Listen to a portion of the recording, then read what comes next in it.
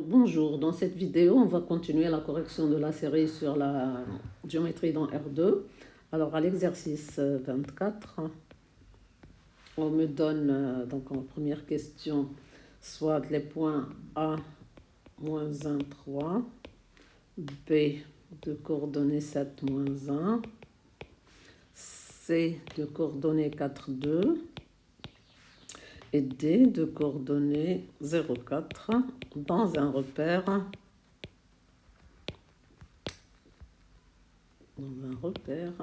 OIJ. Voilà, on me pose la question. Donc, les droites AB et CD sont-elles parallèles? Les droites AB et CD sont-elles parallèles?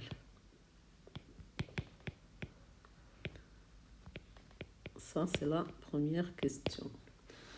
En deuxième question, on me donne E égale la racine de 3, 1, donc de coordonnées racine de 3, 1, et V de coordonnées 1, racine de 3.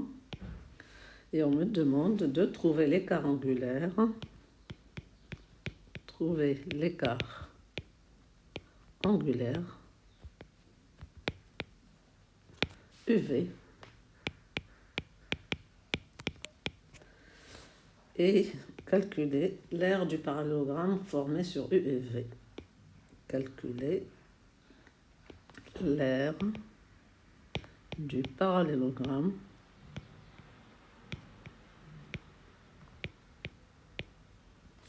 formé sur U et V.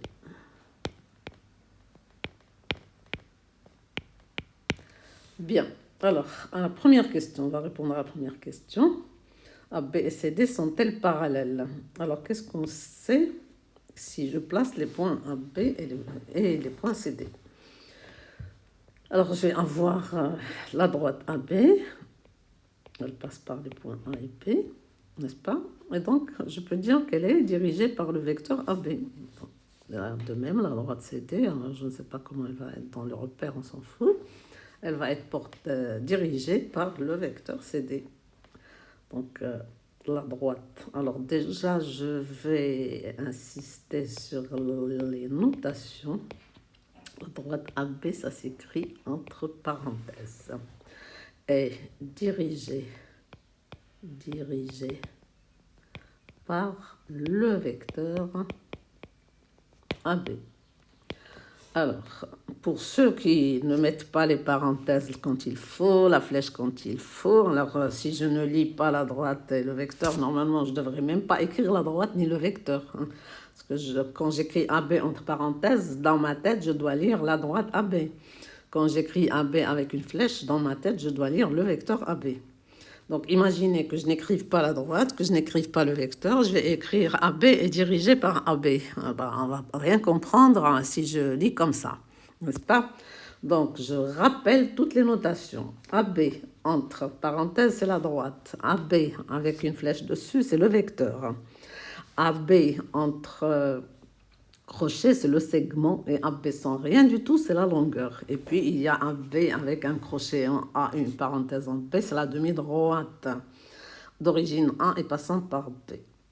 Donc là, j'insiste sur les notations, parce que là, nous avons des étudiants maintenant qui s'en foutent des notations, des parenthèses, des crochets, etc. Et ça ne marchera pas comme ça pour faire des maths, on ne peut pas. Alors, la droite AB est dirigée par le vecteur AB. De même, la droite CD est dirigée par le vecteur CD. Donc, le vecteur CD.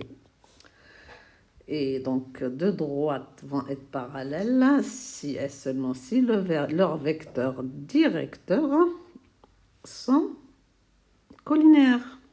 On avait dit au début que deux droites parallèles définissent la même direction et qu'un vecteur est défini par sa direction, son sens et sa longueur. Donc là, il s'agit de vecteurs directeurs. Ça veut dire quand je place un point M sur la droite AB, donc je peux dire que le vecteur AB et le vecteur AM sont collinaires. Si j'ai des droites parallèles, vont être les vecteurs les vecteurs directeurs des deux droites sont collinaires. Donc, je vais voir si mes vecteurs AB et CD sont collinaires. Alors, je cherche les coordonnées de AB. Je calcule, vous savez que c'est XB moins XA, YB moins YA.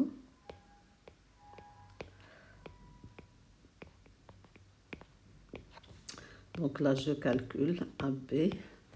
Alors, XB, c'est 7 moins 1, ça va faire 8. Et moins 1, moins 3, ça fait moins 4. De même, CD, je calcule 0 moins 4. Et 4 moins 2, ça fait 2. Alors, je remarque ou je ne remarque pas, tout dépend, que AB, il est égal à moins 2 fois CD. Donc, si je le remarque, c'est tant mieux, je dirais que AB et CD sont collinaires. Si je ne le remarque pas, je calcule mon déterminant de AB, CD. Déterminant, ça fait donc 8 moins 4, 2. Et ça nous fait 16 moins 16 égale 0. Donc AB est collinaire à CD. AB est collinaire à CD.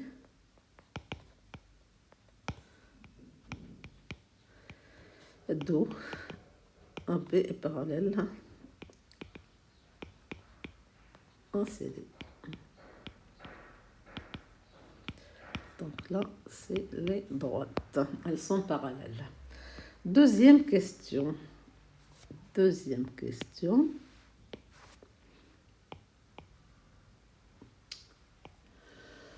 On me donne les vecteurs U et V. On me demande l'écart angulaire. Alors moi, je m'amuse à placer ces vecteurs dans le repère. J'essaie de les placer. Alors, je prends comme unité 1 ici, donc 2 là. Et là, je prends la même chose. Donc, j'ai 1 ici et 1 là. Alors, le vecteur U, il a comme abscisse racine de 3. C'est à peu près ici. Donc, c'est 1,7. Donc, racine de 3, 1. Je peux le mettre d'origine haut.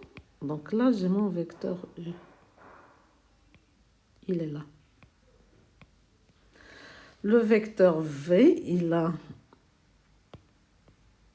comme abscisse 1 et comme ordonnée racine de 3. Donc mon V, il est là. Alors on me demande cet écart angulaire, celui-là.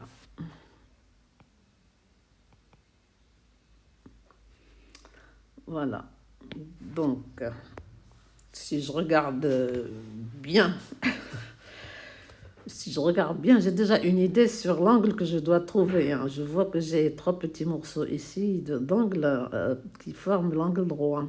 Et l'angle droit, c'est pi sur 2. Et 3 petits morceaux qui ont l'air égaux. Donc, c'est pi sur 2 divisé par 3, ça va faire un pi sur 6. J'ai déjà une idée sur la réponse quand je place mes vecteurs. J'aime bien dessiner quand je suis dans le plan ou dans l'espace, comme ça je vois ce qui se passe. Alors, l'écart angulaire, donc on sait que le cosinus d'un angle, cosinus de UV, il intervient dans le produit scalaire. C'est donc le produit scalaire UV divisé par la norme de U, norme de V. Norme de V. Alors, produit scalaire UV, donc E, il est là. Je vais les mettre comme ça. Alors, norme de E, c'est racine de 3 au carré plus 1 au carré, ça fait 4. Je prends la racine, ça va faire 2. La même chose pour V, c'est 2. Alors, le produit scalaire UV, je peux le mettre dans un petit coin ici. C'est donc racine de 3, 1, scalaire, 1 racine de 3. ça fait racine de 3 fois 1 plus 1 fois racine de 3, donc 2 racines de 3. Et ça fait racine de 3 sur 2. Donc, je sais plus ou moins où j'en suis. Mais pour être sûr, je ne vais pas prendre directement l'arc cosinus de racine de 3 sur 2 pour dire que c'est pi sur 6. Parce que j'ai un angle orienté, je dois savoir dans quel sens je suis. Vous savez que la fonction cosinus est une fonction impaire. Est une fonction paire. La fonction sinus est impaire. Donc le sinus, c'est le déterminant de V. Ça, c'est des formules qu'on est obligé d'apprendre. Sur norme de E, norme de V. Alors, le déterminant, c'est racine de 3 fois racine de 3 moins 1 fois 1. Ça fait 3 moins 1 et ça fait 2. Sur, toujours 2 fois 2, égale 1 demi. Donc là, je peux dire, d'après ces deux choses-là, je peux dire que donc UV angle orienté, c'est pi sur 6. Voilà. J'ai trouvé le cosinus et le sinus et ça me permet de coincer l'angle.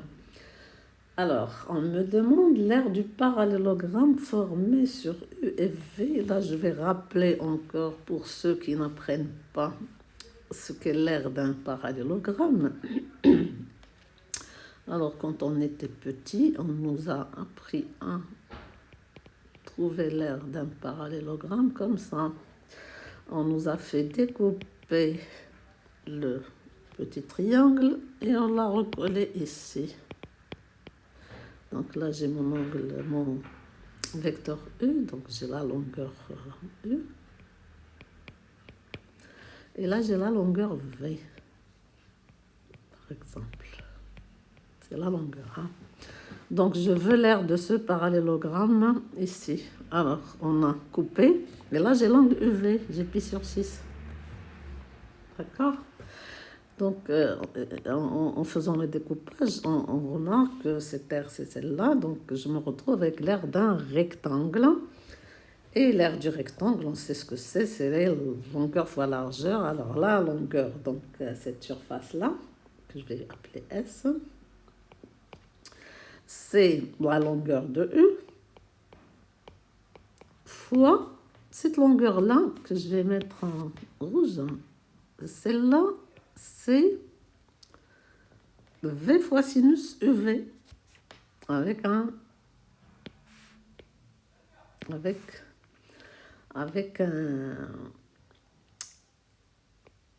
donc c'est V avec une valeur absolue, voilà, sinus, puisque c'est une R, c'est positif, donc sinus, valeur absolue de sinus UV. Et donc là, je retrouve tout simplement le déterminant de UV en valeur absolue. Et ça donne, tout calcul fait, 2. Alors, on m'a pas donné d'unité, donc je mets unité d'air.